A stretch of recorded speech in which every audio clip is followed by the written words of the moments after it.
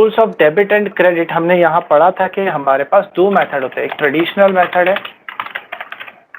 और एक है बैलेंस शीट मेथड, जिसको हम मॉडर्न मेथड भी बोलते हैं।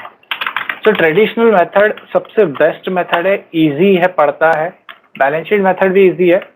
सो आप कौन सा मेथड फॉलो कर रहे हैं उससे कोई फर्क नहीं पड़ता, ना आपके एग्जाम्स में कोई फर्क पड़ेगा, ना प्रैक्टिकल लाइफ में फर्क पड़ेगा। It all depends on how you think, आपका दिमाग किस तरीके से चलता है।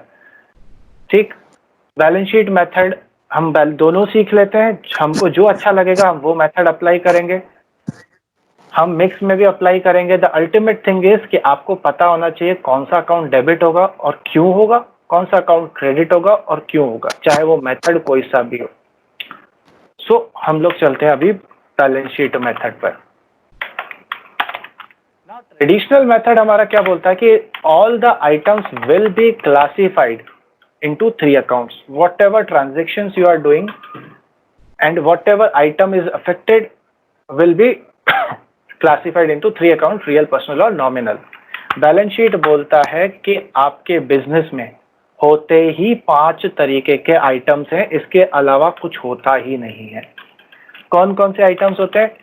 वो या तो एसेट होगा, या तो लायबिलिटी होगा, या तो कैपिटल होगा, या तो इनकम एंड गेन्स होगा, या तो एक्सपेंसेस एंड लॉसेस होगा।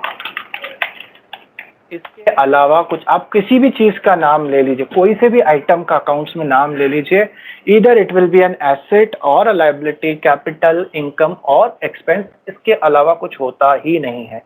फाइन। नाउ फिर इन्होंने बोला, बैलेंस शीट मेथड ने बोला कि when ever you do a transaction, इनमें से कोई भी एक चीज या दो चीज या तीन चीज इफेक्टेड होंगी। इफेक्टेड मतलब चेंज होंगी, चेंज मतलब या तो इंक्रीज होंगी या तो डिक्रीज होंगी। क्यों? क्योंकि अगर कोई किसी भी आइटम में चेंज नहीं आ रहा है तो वो ट्रांजेक्शन ही नहीं है।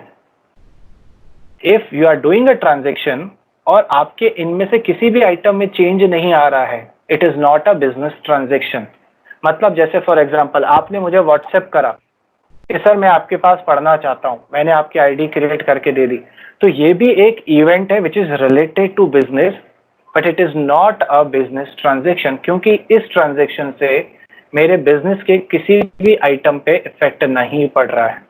सो बिजनेस ट्रांजेक्शन, यहां से आप बिजनेस ट्रांजेक्शन की डेफिनेशन भी पढ़ सकते हैं, याद रख सकते हैं। बिजनेस ट्रांजेक्शन, ट्रांजेक्शन होता क्या है? एनी इवेंट और happening which changes the resources of the business. कौन से रिसोर्सेज? ये एसेट, लायबिलिटी, कैपिटल, इनकम और एक्सपेंस। अगर इनमें चेंज नहीं आ रहा है then it is not a business transaction. So change आएगा तो रिकॉर्ड करना पड़ेगा, और वो चेंज कैसा होगा? या तो इंक्रीज होगा या तो डिक्रीज होगा। सो द रूल सेज अगर एसेट इंक्रीज होता है तो उस एसेट को डेबिट कर दीजिए, और डिक्रीज होता है तो क्रेडिट कर दीजिए। अगर एसेट इंक्रीज होता है तो डेबिट कर दीजिए, और अगर एसेट डिक्रीज होता है तो क्रेडिट कर दीजिए। वैसे तो मैं एग्जांपल बाद में देता हूं, पर आपकी शक्लें देखकर मुझे लग रहा है कि एक एग्जांपल दे देता हूं। सो ओके, क्या एग्जांपल? लाइक फॉर एग्जांपल वही जो पहला, जो ऊपर मैंने एग्जांपल लिया था ना, वही लेता हूं। परचेज फर्नीचर और कैश। तो यहां पर क्या है? फर्नीचर है और कैश है। कैश, फर्नीचर क्या होता है इनमें से? एसेट, लायबिलिटी, कैपिटल, इनकम या एक्सपेंस? क्या होता है सर? एसेट होता है ना। हाँ, एसेट होता है फर्नीचर। और कैश क्या होता है? एक्सपेंस। कैपिटल। अरे दादा, कैश से बड़ा एसेट क्या होगा यार? कैश। कैश तो रोकड़ा है भैया, जिसको देख देख कर तो जिंदा है हम। कैपिटल। नहीं, कैश कैपिटल नहीं है दादा, एसेट एसेट एसेट है ना। हमारी चीज है, हमारा आइटम है, हमारी प्रॉपर्टी है। रोकड़ा देखने में मजा आ जाता है। कभी गड्डी देखी? हजार हजार क्या 2000 की देखी क्या होगी यार तुम लोग तो। ठीक है, मैं आरबीआई में ऑडिट करता था जब मैं सीए इंटर्नशिप कर रहा था अपनी। आरबीआई में ऑडिट करता था मैंने 10 महीने। तो वहां का कैश सेल होता है एक, जहाँ पर गए गट्टियां पड़ी रहती हैं पैसों में। अरे आ गया था देखकर। सर इतना याद कैसे रहता है आपको? क्या? इतना ये सब कंफ्यूजिंग है। तुम कोई मूवी देखते हो तो तुम्हें वो मूवी की पूरी स्टोरी याद रहती है नहीं रहती है? अगर तुम गाने सुनते हो तुम्हें गाने के लिरिक्स याद रहते हैं नहीं रहते? रहते। बस वही चीज है, जो चीज दिल पे लग जाती है दूर तो याद करने की जरूरत नहीं पड़ती। तुम्हें भी लग जाएगी, चिंता मत करो।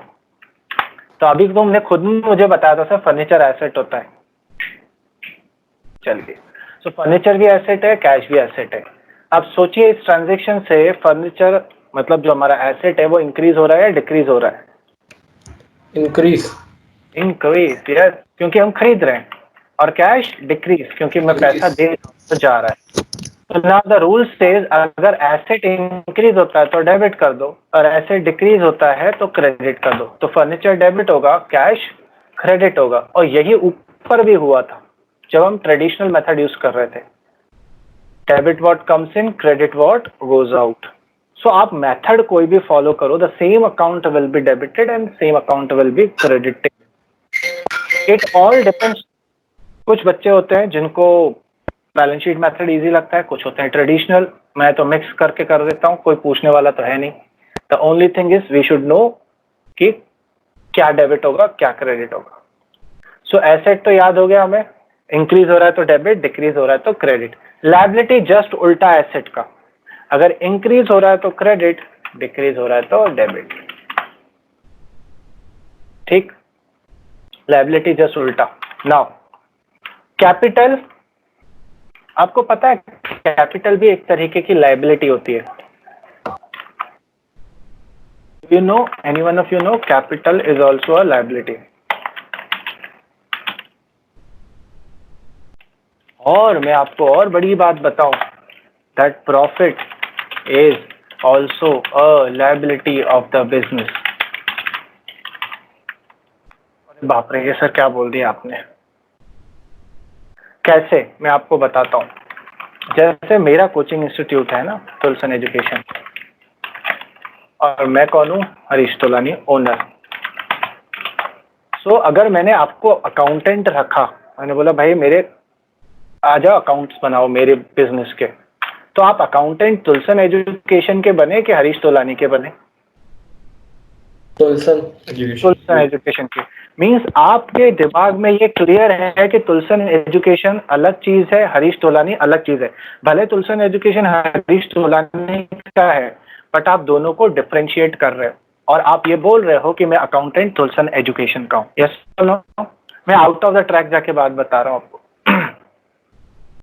ठीक, तुलसन एजुकेशन, मैंने बिजनेस में पैसा लगाया, मैंने बिजनेस में पैसा लगाया, तो उसको आप क्या बोलोगे? कैपिटल। यस और नो? तो ये पैसा कहां पर आया? तुलसन एजुकेशन में। किस नाम से आया? कैपिटल के नाम से आया। ये पैसा तुलसन एजुकेशन हब का है कि मेरा है? हरीश तोलानी का है। मैंने बोला कि तुलसन एजुकेशन के आप अकाउंटेंट हो, हरीश तोलानी ओनर है, हरीश तोलानी ने बिजनेस में पैसा इन्वेस्ट करा, तो जो पैसा इन्वेस्ट करा उसे आपने बोला कैपिटल।